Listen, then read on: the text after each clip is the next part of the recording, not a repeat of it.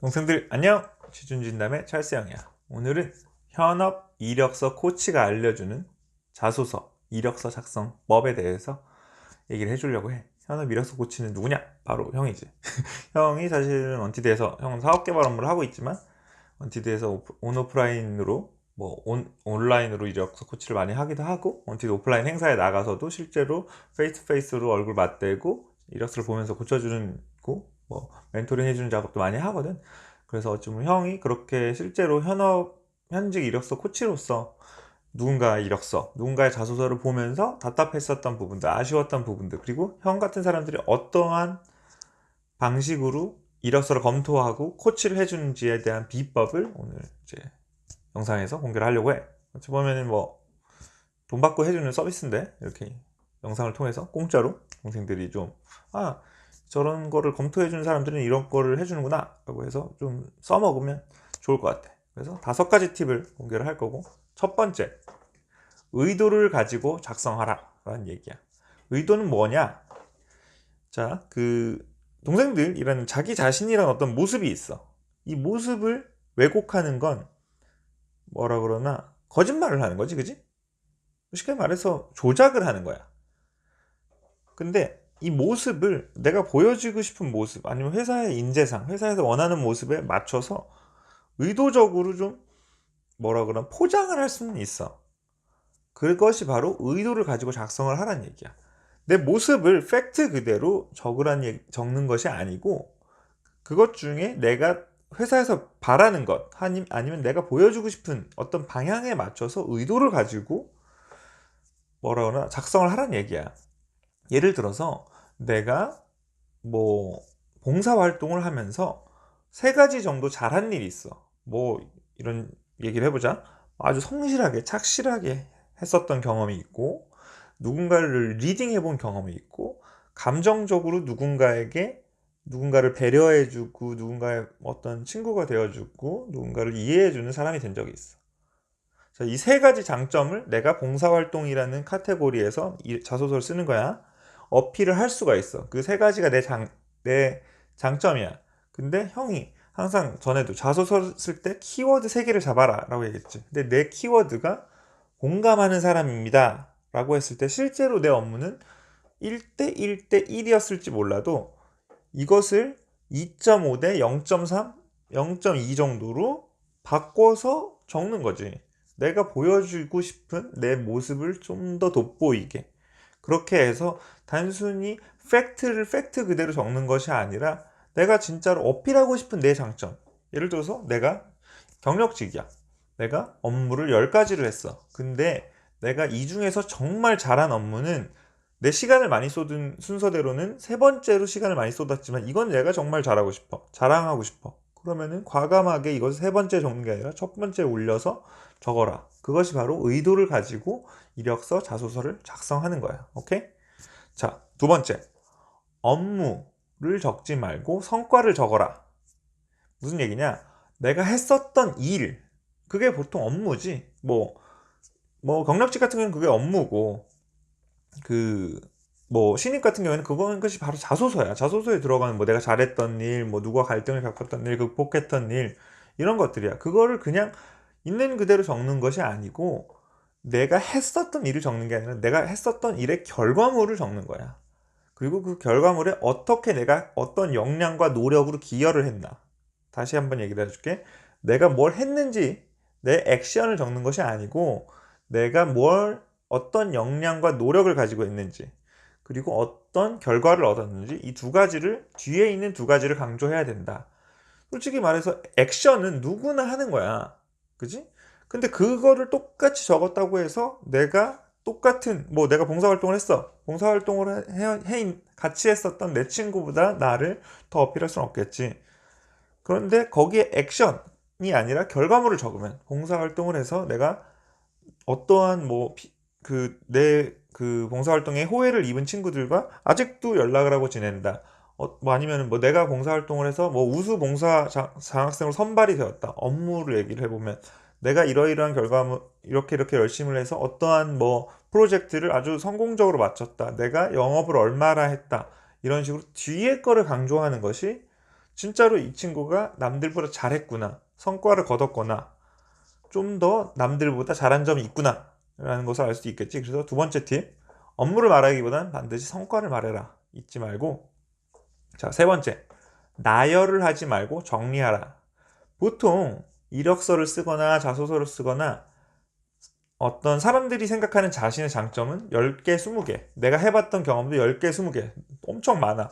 그리고 그런 것 중에 하나라도 더 꺼내 보여주지 못할까봐 전전긍긍해. 그래서 이것저것 병렬식으로 쭉 나열을 하는 게 대부분이야. 특히나 한국 사람들은 그런 것들을 뭔가 막 떠벌린다거나 이런 것들을 좀 조심스럽게 생각하고 겸손하지 못하다고 생각하는 어떤 경향이 있기 때문에 그런 것들을 그냥 사실 그대로, 아까 말했지? 있는 그대로 적는다고, 팩트로 적는다고, 팩트 그대로 나열을 해버린다고. 절대 그렇게 해서는 안 돼.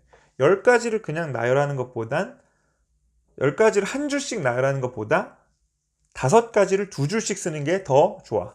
그리고 3가지를 3줄씩 쓰는 게 더 좋아. 이런 식으로 내가 했었던 장점, 경험, 업무 이런 것들을 쭉 나열을 처음엔 해야지. 전에 형이 얘기했던 다른 그 영상에서 팩트시트를 만들어 보라는 것처럼 내가 정리를 하기 위해선 당연히 나열을 해야지. 하지만 이것들을 더 잘 돋보이게 하려면 그것들을 그룹핑을 하는 거야. 이렇게 봤는데 이 3가지는 내 리더십에 대한 거야. 그러면 리더십에 대한 거를 큰 타이틀로 가져가고 그 안에서 3개를 적는 거지. 이 3가지는 나의 성실성에 대한 거야. 그럼 묶어봐. 이런 식으로 역량 중심으로 묶을 수도 있고, 업무 중심으로 이 3가지는 프로젝트를 수행하는 데 대한 거야. 뒤에 4가지는 어떤 좋은 아이디어를 내기 위함이야. 나머지 2개는 어찌 보면 이 2가지를 묶었을 때 어떤 재무적인 성과에 대한 업무야. 여러 가지로 그룹핑을 하는 거는 모든 사람들의 업무에 따라 다르겠지. 그런 식으로 묶어서 보는 사람들도 읽기 편하게 만들어줘야 되고, 그리고 그 묶었을 때 얘는 뭉뚱그려서 봤을 때 이런 크게 3가지 정도의 업무를 할 수 있구나, 크게 4가지 정도의 업무를 할 수 있구나, 아니면 장점이 있구나, 이런 식으로 이해를 하기 쉽게 만들어줘야 돼. 오케이?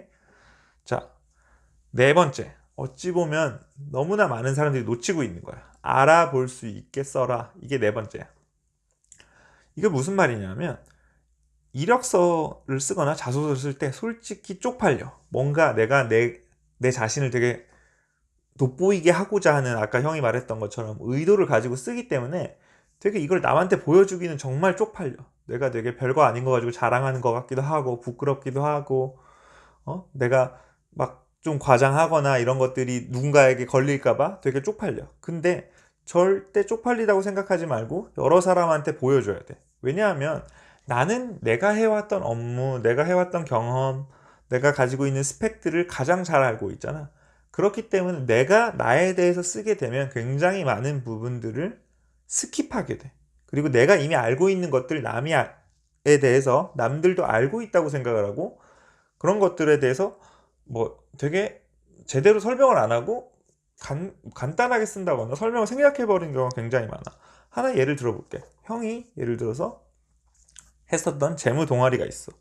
근데 영어로 되게 풀네임은 긴데 약자로 3가지 그 앞 글자를 따서 이렇게 불러. 근데 나는 다 그렇게 불러. 모든 사람들이 그렇게 불러. 형 동아리 사람들 아니면 형네 학교 사람들 다 그 세 글자만 말하면 다 알아. 그런데 이 3가지 글자로 내 자소서에 쓴다고 생각을 해봐. 그러면 얘가 뭘 한 동아리 규모는 몇 명이었는지, 동아리는 뭘 하는 동아리인지 아무도 모른다고. 그런 거에 대해서 괄호 열고 당연히 써줘야지. 보는 사람 입장에서 이해를 할 수가 있는 거야. 그리고 그런 식으로 절대 약자, 전문 용어 이런 걸 피해야 돼.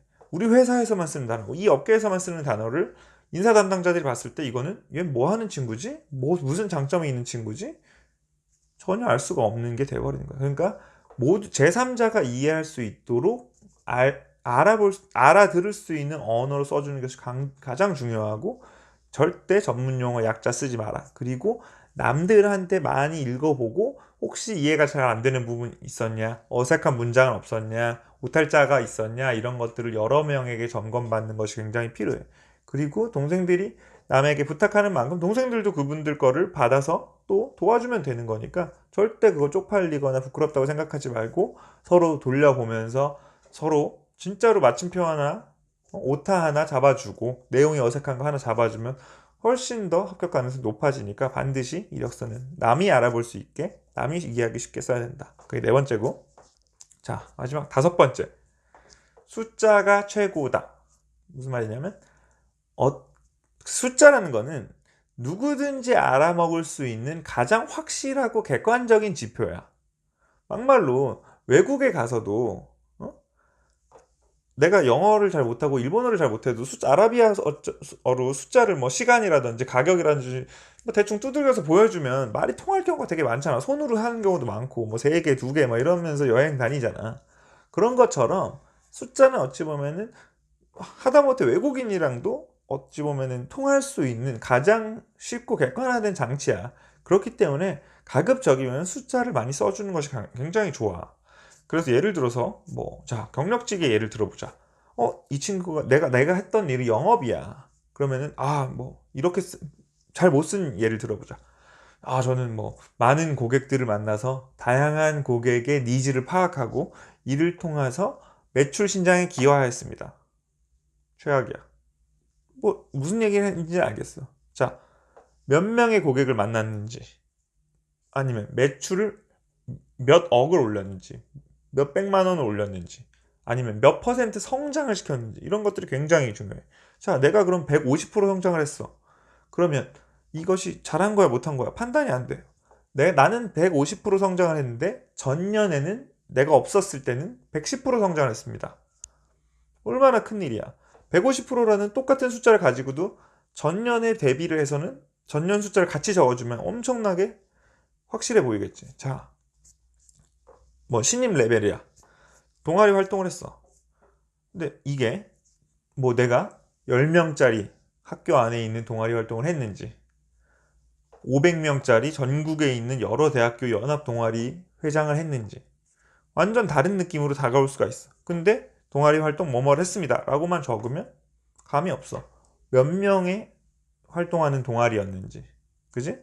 내가 봉사활동을 나갔어. 며칠 동안 했는지, 어떤 일을 했는지, 이런 것들을 숫자로 표현해 주는 것이 어쩌면 가장 확실한, 객관적이고 딱 봤을 때 믿음이 가는 이력서, 자기소개서를 만들 수 있는 팁이야. 그래서 형이 말한 5가지를 기억하면 어찌 보면 형이 말하는 거는 컨텐츠에 대한 것이 아니라 문체에 대한 내용이야.